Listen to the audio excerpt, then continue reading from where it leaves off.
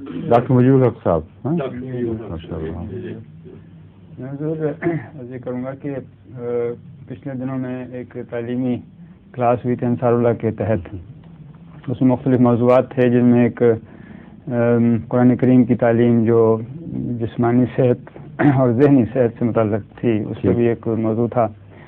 اور اس میں یہ بھی ذکر آیا ہے مسیح علیہ السلام کی جو کتاب اسلامی اصول کی فلسفی ہے جو قرآن کریم کی تفسیر ہے، آج تو منائی جا رہی ہے جو. جی حضور.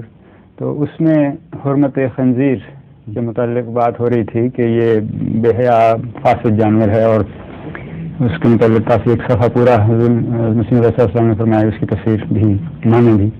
تو ایک سوال یہ اٹھا تھا کہ اللہ تعالیٰ نے یہ ایسا فاسد جانور پیدا کیوں کیا؟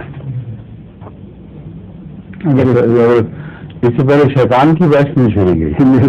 میرے ذہن میں یہ بات آتی ہے اور بڑھایا جائے تو پھر یہی کہہ سکتے ہیں شیطان کی پیدا ہوگا. حرمت و حرمت کی بحث کبھی آئے گی اگر فاسد جانور ہوں گے. ٹھیک. وہ بحث نہیں اٹھتی. ٹھیک ہے. اختیار کی بحث کبھی اٹھے گی جب نیکی کے مقابل پر ایک ولی کا رستہ بھی کھلا ہوگا. تو پھر انسان کو پیدا کرنے کی کیا ضرورت تھی؟ فرشتے کافی تھے. انسان نے جو آ کر ایک اضافہ کیا ہے مخلوقات میں جس میں وہ ممتاز ہے، وہ یہی تو ہے کہ اس کے لیے وہ راستے بنائے گئے ہیں اور اختیار دے دیے گئے ہیں. ہمارا کے ساتھ جیسا میں نے کل تفصیل سے اس ہمیشہ کی واضح کرنے کی کوشش کی تھی، لگانا کو بھی ساتھ رکھ دیا برابر اس کی حفاظت کے لیے، اس کے مقابلے کے لیے. یہ تو اختیار چھیننے والے سوال ہیں جو آپ کر رہے ہیں، آپ سے کیے گئے ہیں کہ ہمیں کیوں اختیار دیا گیا ہے.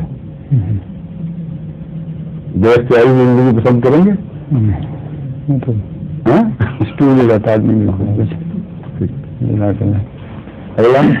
ظہور مہدی آخر